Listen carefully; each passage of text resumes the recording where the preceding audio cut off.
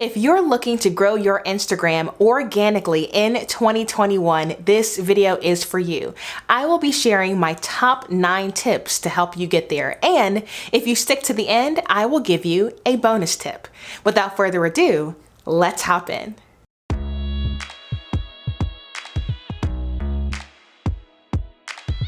Hi, I'm LaShonda, the creator behind Bootstrap Biz Advice, where I teach you how to grow your biz without breaking the bank. If you're interested in how-tos and reviews, this channel is for you, and make sure that you subscribe and turn the notification bell on. If you would like to follow me on Instagram, you can find me at LaShonda M. Brown. I produce a ton of content, and you can use this Instagram account as inspiration for your strategy moving forward. So the tips that I'm going to give in this video actually came from a carousel post. So what we're going to do is to go back and forth between what I wrote on the carousel post and then explain it so you can implement it yourself. Number 1 is drop love on other accounts. I'm all about mindset. If you don't enjoy using Instagram, your account will not grow. The quickest way to shift from comparison to caring is intentionally encouraging others. I choose 5 people daily to watch their stories and respond with encouragement before adding any new content. It grounds me and it helps me learn from others instead of using their wins to crush my confidence. I'll be honest with you guys, I didn't like to use Instagram years ago. And the reason why is because every time I would get on, I would only find more and more accounts in similar industries that I was in doing it better. And so every time I would go to create content, I would get so overwhelmed that they were doing it better than me that I would just close the app, or I would get so in my head that I couldn't create content. And if you are dealing with analysis paralysis when it comes to Instagram, I want you to just take a deep breath. I want you to lean in to what makes you unique. Because when you start to create content that has your handprint on it, no one has your handprint. And that is how you can take inspiration from other accounts and make it your own. Think to yourself, how can I revamp this, remix this, and make it my own?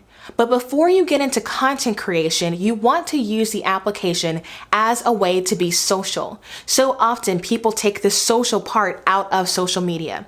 So when I get on, I go through my stories, I go through my feed, and I share love and encouragement with 5 people every single day.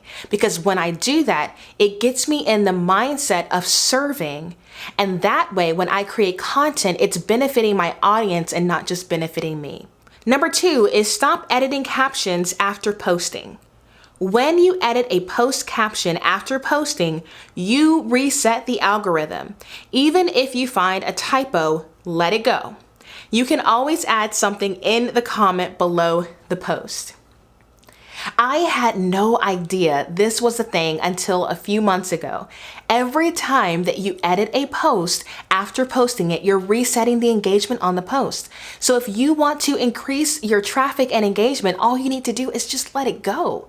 It's better for you to respond in the first comment with hashtags that you forgot or people you forgot to tag than to edit the post. You can also completely delete the post and post it again. But whatever you do, stop over editing. And one of the hacks that I do is I actually write my captions and save my post as a draft, let it go, come back later when I'm ready to post it, and then reread the caption then. Sometimes when you stare at the caption too long, you miss the mistakes. So I write my caption, save it as a draft, and then move on. Number 3 is introduce yourself when you follow another account. Introduce, not spam. When you attend a webinar or conference and decide to follow a speaker, let them know who you are and how you met. They may just follow you back with more context. This happens to me a lot. I'll participate in an online summit or a conference, and people will come and find me on social media and give me a follow.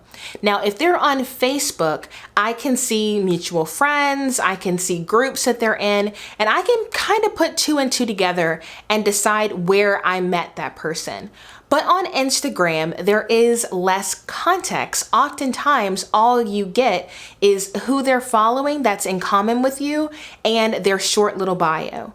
So if you decide to follow someone after a conference or a summit or an event, give them some context. Say, hey, I really enjoyed your speech on da-da-da-da-da. This quote was my favorite. If you'd like to stay in touch, you can find me on Instagram, da-da-da-da-da. Let them know how you found them. Or oftentimes what I will do is I will create quote graphics with quotes from people who speak at events. You could simply share your quote graphics with them and say, hey, this particular quote resonated with me, wanted you to have it in case you wanted content to post. Have an awesome day. Thanks again for showing up. It doesn't have to be this ornate thing, but if you give context, what often happens is those speakers will then follow you back. Number 4 is leverage trending topics. You're not going to grow with an MLK quote, but if the caption is on brand, you will. Leverage holidays, world events, memes, etc. for post content and use trending hashtags to make sure it's consistent with other content on your page. New visitors will like that post and then they'll see what else you have to offer. If it's on brand, you may gain a follower. Holidays are a fantastic time for you to leverage trends. Valentine's Day, MLK Day, Inauguration Day. These are days where all of a sudden people all over America have something in common. We're all experiencing this holiday together. And so it's a great time for you to produce content specifically for that particular holiday or event using holiday or event specific hashtags so people who aren't following you discover you.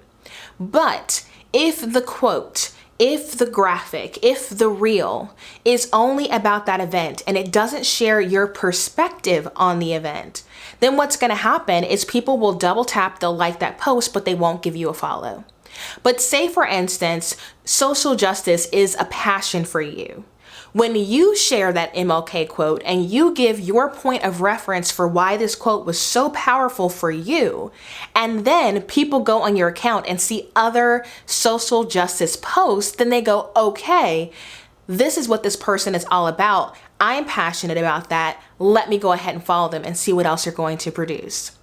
So you want to make sure that no matter what you post, you always give your spin on it. You always put your handprint on it, because that is how people are going to get to know you better through the content you produce. So many people have reached out to me recently saying, oh my gosh, I don't even know what you sell, but whatever it is, I'll buy it because I just love your energy. I just love your positivity.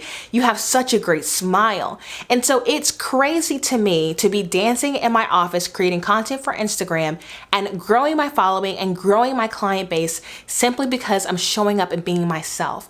The more that you can be on Instagram, the more you will grow. But when you're trying to mimic other people or you're trying to filter or curate who you are, people will see it and know you're holding back. So you don't have to put everything on the internet. I am not a proponent of making the internet your online diary. It can prevent you from progressing in certain circles. And so the reality is some things, keep it to yourself. However, you want to lean into those things that resonate with your audience so they can begin to relate to you, and then you'll grow from there. Respond to your comments before you post new content. Your followers will receive a notification when you respond to their comments, so now you're top of mind. Follow that up with new content on your feed, share your story, and you'll see an uptick in engagement. So what I will do before I post content on my Instagram account is I'll go through and make sure that I responded to any comments left on my feed. Because when I respond to a comment, those followers get a notification. Then when I follow up with new content, typically those same people will like or comment on the new stuff. So that's just a small little tip that you can use to give an uptick in your engagement. Post during peak hours for your audience. The first 30 to 60 minutes for a post are critical for reach.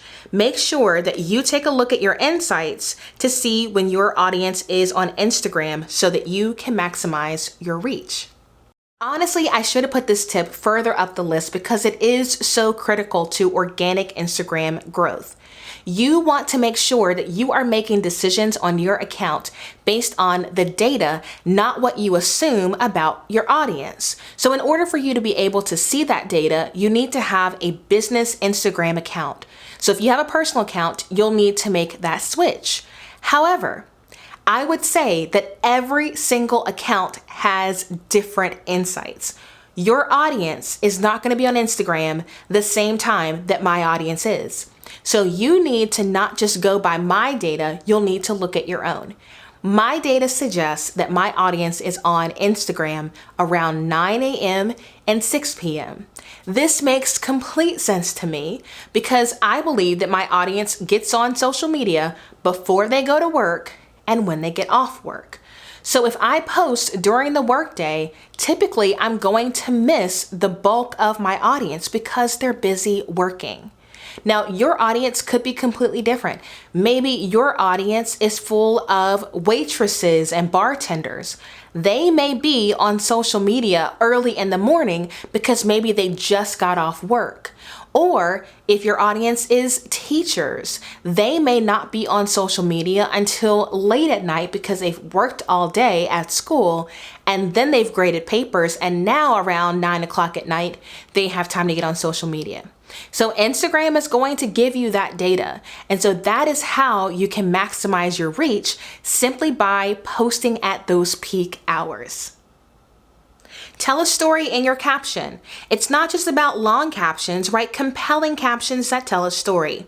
Instagram wants people to stay on the app as long as possible. Longer captions equals more time to read. End the story with a call to action for added engagement. I see a lot of people writing long captions on Instagram, but they don't leave us with a call to action.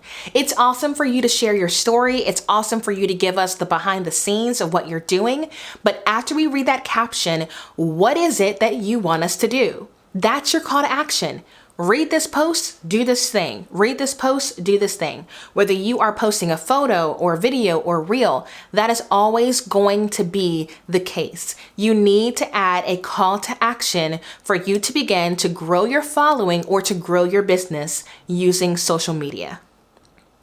Create a plan for your visuals. Whether you choose to post photos, text, or a mix of both, establish a plan for the visual aesthetic of your feed.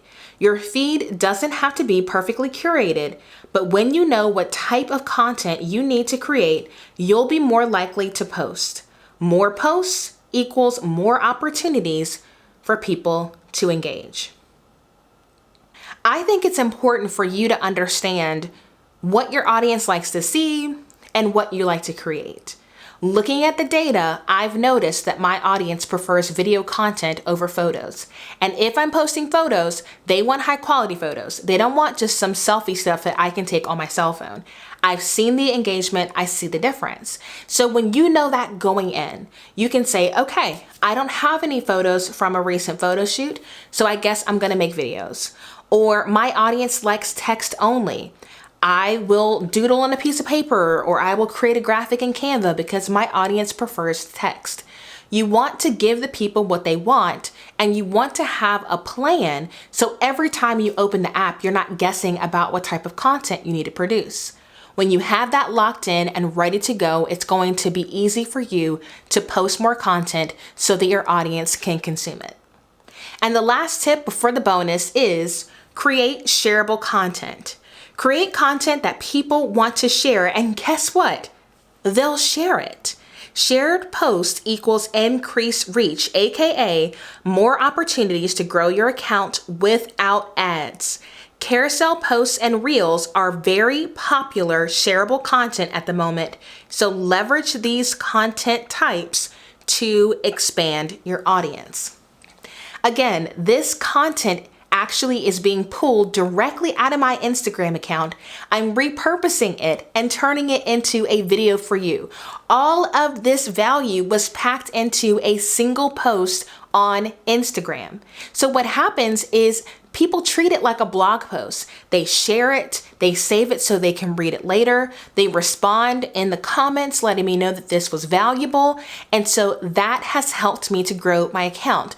Reels have also helped me grow my account, and I'm going to address Instagram Reels in a completely different video. But at the end of the day, when you create content that is shareable, your face isn't all over it, your name isn't plastered all over it. If the focus is on serving and not on being self-serving, people will share. So remember to filter that through all of the content that you create. Now, if you made it to this point in the video, first and foremost, I want you to give this video a thumbs up. Thank you so much for watching all this content. I want to provide you with a bonus tip that has supercharged my following. So, tip number 10 is leverage Clubhouse. Now, if you haven't watched the Clubhouse video, I will link that in the description. It is a drop-in audio app that is taking the internet by storm. It is worth over $1 billion and it's still in beta. And what I love about Clubhouse is currently there is no way for you to message people directly in the app.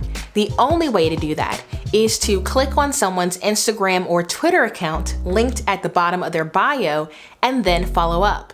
So by default, Clubhouse is driving traffic to my Instagram account.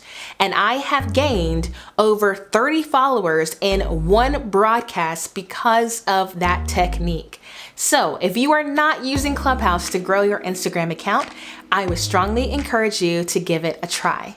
So once again, I hope you enjoyed this content. If you did, be sure to subscribe and turn the notification bell on because I am going to teach you how to grow your biz without breaking the bank. Until next time, ta-ta for now.